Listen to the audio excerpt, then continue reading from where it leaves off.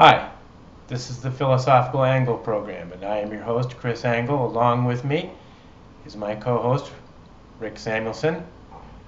Rick graduated from Yale and is a venture capitalist out on the West Coast. Good to see you, Rick. Thank you. Good to see you. The purpose of the Philosophical Angle is to analyze the nature and essence of concepts being used in current media. And this week, we're going to do the January 2016 GOP response to the State of the Union address by President Obama. Let's pull up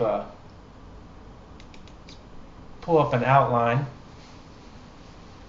of this, and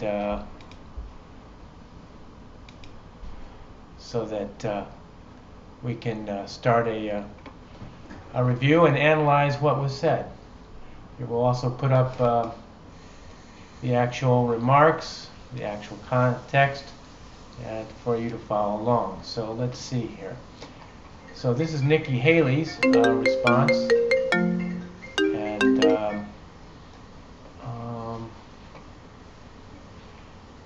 and here's an outline of it. Okay, so Nikki Haley makes a response to the president's address, and first she cites 5 things. She cites that the cities have an unrest about them. Of course, we had the Baltimore riots. We have a terrorist threat. We have crushing national debt. There is still no economic recovery in sight. And Obamacare has high costs and less doctors, and you really can't keep your doctor anymore. And so she cites that government is growing, and she concludes that government is broken. And then she says, surprisingly enough, we Republicans must share the guilt or the blame on the problems that she lists. And she actually says we must recognize our contributions. We need to accept our role in how and why government is broken. Wow. Okay. And so we're going to discuss this sentence later with Rick, and whether this is something that is correct. Is the GOP responsible for these problems, as she says, along with the Democrats? And then she goes, and we have to protect our borders, and we are including, surprising, and this mark came right out of the blue, we are including noise with results, or we're confusing noise with results, which is a reference to, I believe, Donald Trump. Then she states, with really no sequitur, the GOP will lower taxes, stop spending and lower the debt, encourage innovation, reform education, and end Obamacare, respect religious liberty, honor the Constitution, and make better international agreements. Okay.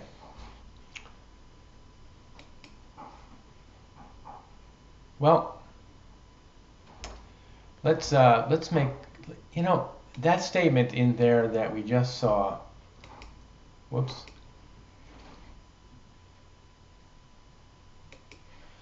We Republicans must share the guilt and the blame.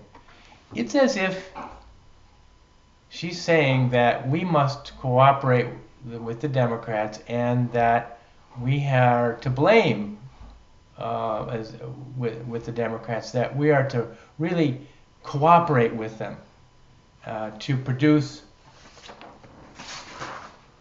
really the same items that they're producing, the same actions. And it's as if the Republicans here are moving left and not really fighting on according to their principles. And so I'd like to, before we start with Rick, analyze why it is that the GOP is doing that, is moving left as the Democrats move left. And in order to understand this, this little thesis of mine, we're going to have to make an analysis of the nature of a decision. Quickly, we'll just outline that a decision is made from a sacrifice which equals a reward. And the nature of a sacrifice is that we all spend our time and our effort and use our material and employ it with knowledge and information in an atmosphere of risk to make our sacrifice, and we do that for to produce a reward, which allows us to live and brings us up away from misery. So the decision is an effectuation of a sacrifice, which is from the consideration of the sacrifice versus the reward, which is a priority of whatever it is that we're considering. For example, we're going to go out and we'll buy a flat screen TV. We seek that flat screen TV because it's going to better our lives. We've decided to attach a priority to it, that it's better than our present TV. So we go out to a store to buy it, and we sacrifice our work time. We've gone to work and we spent time at work and our effort, and we've made a decision that we need that flat screen TV.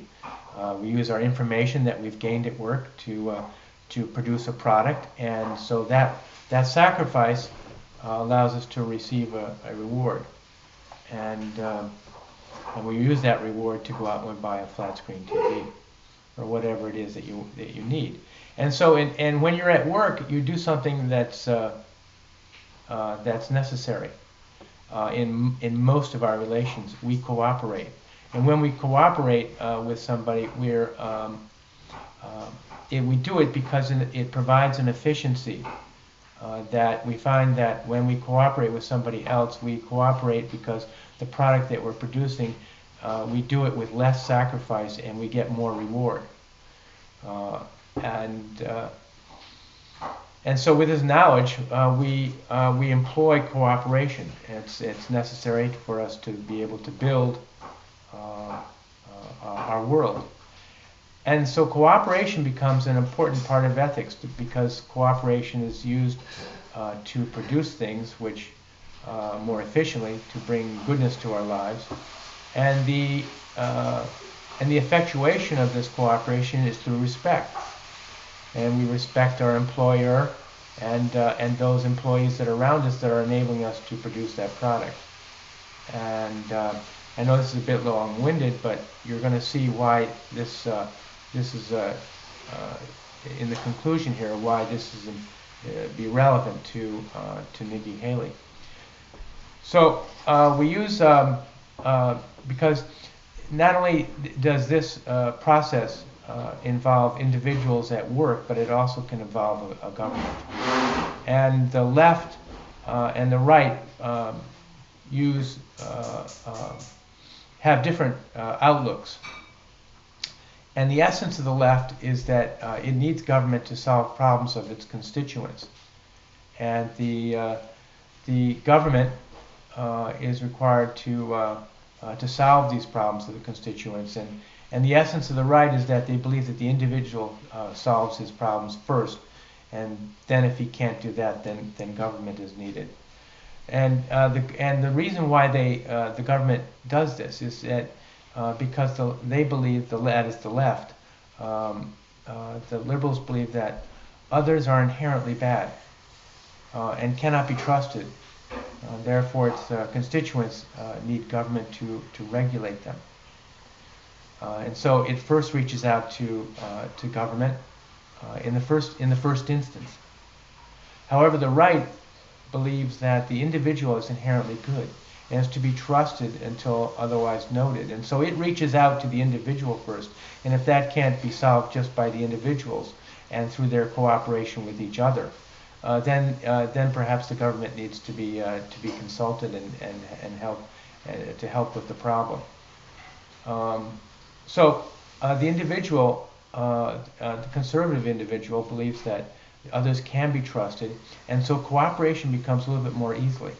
Therefore, the use of respect of the individual comes easily. And so what's happening here is that Nikki Haley is, in her conservative outlook, looks at the others on the Democratic side and believes that they're inherently good and they want to produce good things for America. So she wants to deal with them, and she wants to cooperate with them and make a political deal and trust the left. In other words, she wants to compromise. She wants to make a political compromise, and that is the tendency why conservatives tend to move left as time goes by. And you see that in the production of government. Welfare gets bigger little by little. The budget gets bigger little by little. The deficits get bigger little by little. All of government inexorably gets larger. And the liberal politics, they go right along with it because government is the first source to solve the individual's problems. And as such, they don't trust the individual. They don't trust, and thus they don't trust the conservative right. They do not make political deals, and if they do, they tend to break down or just become discarded, and they break them. So the right negotiates from a position of cooperation, and the left negotiates from the position of need for total government control, because the other individual is inherently bad and cannot be trusted. Therefore, the government must control and regulate in order to protect the victimized individuals, and we see this in Obama's speech. He wants everything to be fair, so the left believes that only the ends, which is really government, which is to allow the individuals to be fair, and it believes that the ends justifies the means, and the means is the government, and the ends is fairness, and the individual behaves according to the regulations of government, which make it which final objective is to be fair, and so they tend not to cooperate, and I think that's so that's a summation of why I think that Nikki Haley did what she did in making that statement. And so now, when she made that statement, let's bring it back up a little bit. Let's bring up the outline.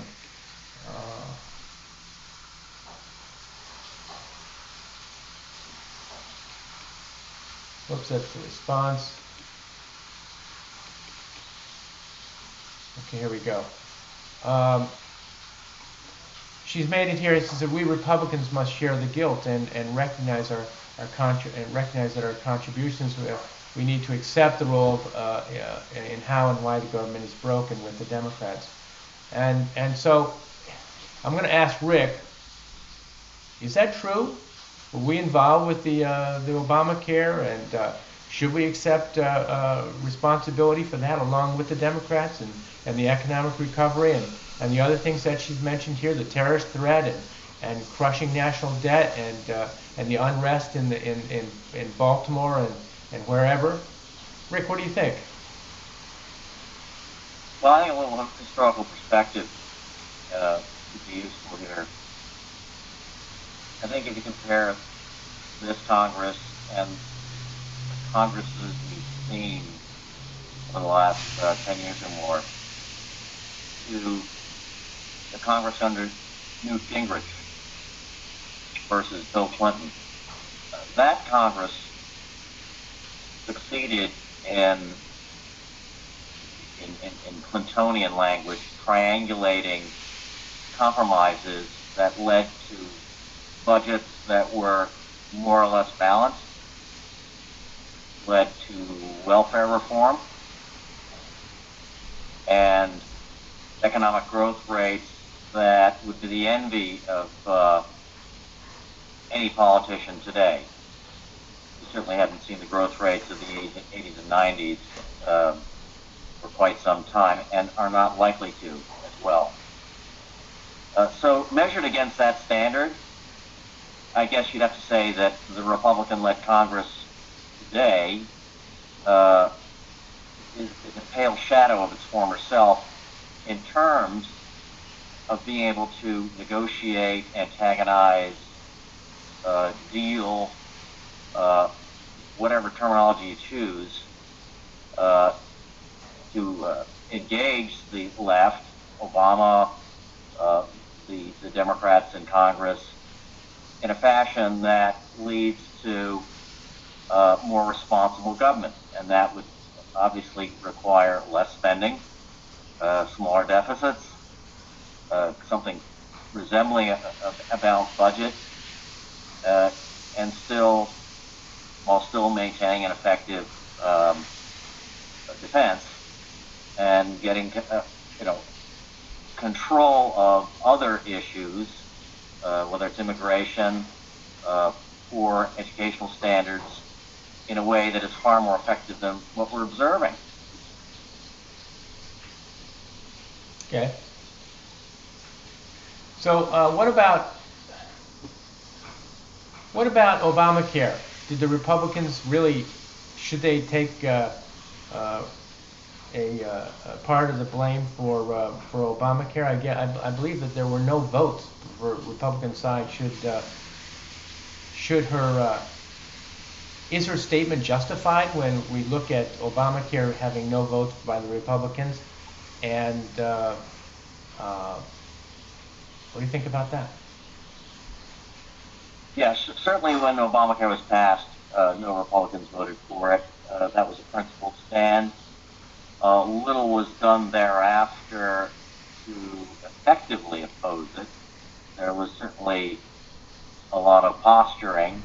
Most recently, under Speaker Paul Ryan, there has been a vote to end Obamacare. Of course, that's not going to go anywhere, given the objections in the Senate and other reasons. But at least the Republican Party has restated, if you will, its position that Obamacare should be rescinded. That said, the Republican spending bill includes a number of instances where there are giveaways to the left, including funding for Syrian refugees, for example, which the electorate clearly opposes. And so there still remains, relative to what we've seen historically, a tendency to negotiate away principles that should be much more core, given what the voters and the polls are saying that Americans, and certainly Republican Americans, really care about. Okay. What about the unrest in the cities? She cites unrest in the cities, and of course she's obviously referring to Baltimore. Are the Republicans responsible, have a sharing responsibility in that unrest? Well, I wouldn't lay that at the feet of the Republicans, because I think the left, and most particularly the former Attorney General and the President himself, have whipped up anger at the police force of basically the whole country, and blame them mostly for the unrest we've seen in St. Louis and around St. Ferguson, to be exact, Baltimore, Chicago, and elsewhere, lots of places. New York included. So I think in the absence of that, the various comments that have been made publicly by particularly the President and the Attorney General, you wouldn't have such a spectacle on your hands. You wouldn't have a group of people in these various cities feeling so vindicated and at liberty to be as violent as they've been. Okay. And what about the crushing national debt? Are the Republicans involved with with this statement, crushing national debt? Well, yes, I would say so, because this trend started under George Bush.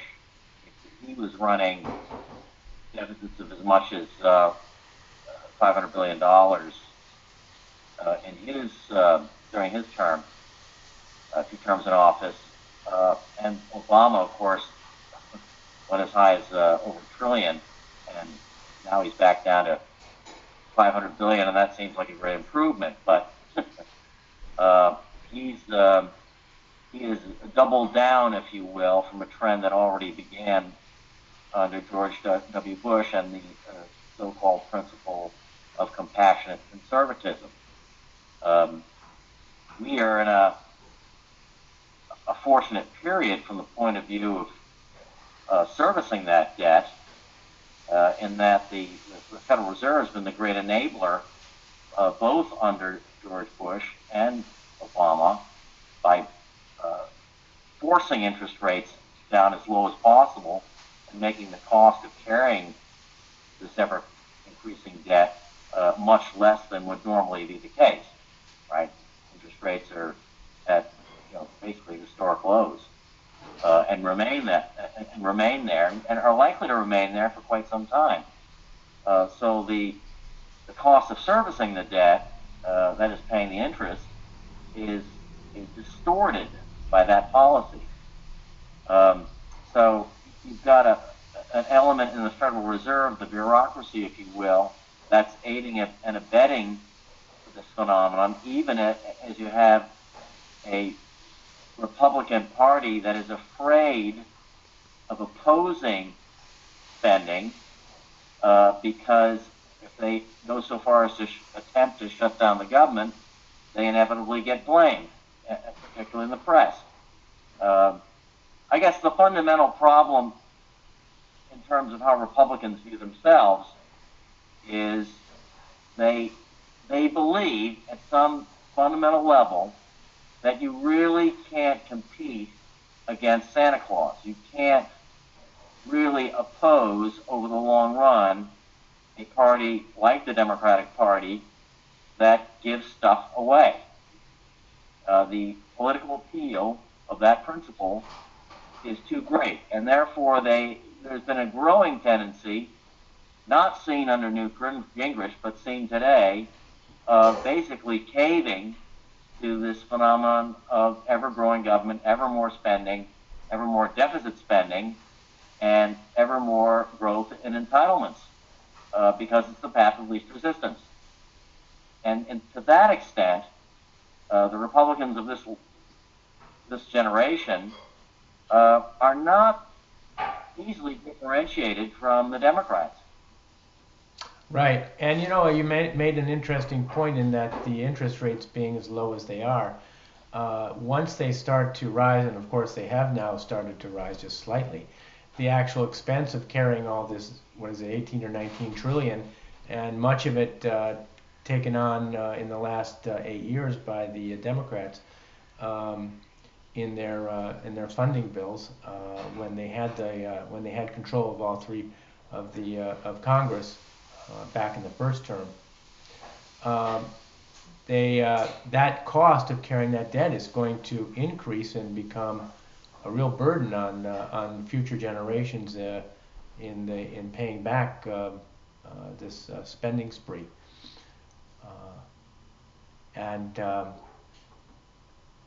So the last question here is that the economic recovery. Still no economic recovery. Whose fault is that? Well, I think that's a combination of factors. I think tax policy should have been amended some years ago. Taxes are too high. I think the there's too much laxity in the labor market. We've taken on 1 million immigrants, given them green cards a year. They've not added to productivity. American productivity is largely flat throughout that period. It's barely grown. So productivity hasn't contributed to growth. Investment in many sectors, certainly in gas and oil, investment's been very, very strong. In other sectors, investment has been sluggish in many cases. That hasn't helped. And we're seeing now that more small businesses are failing than being created each year in the United States. So you don't have the entrepreneurial push to create the new businesses that are required for growth, because frankly it's always been the case that it's the smaller businesses that generate most of the job growth. And that's been true for many, many years. Okay. So none of these things are working very well. And it's therefore not surprising that growth is whatever it's half what we saw post the Reagan boom. Okay. It's about all we have time for on this edition of the Philosophical Angle. And so thanks, Rick, for good seeing you again this week. And we'll see everybody again next week on the Philosophical Angle. Thank you. Thank you.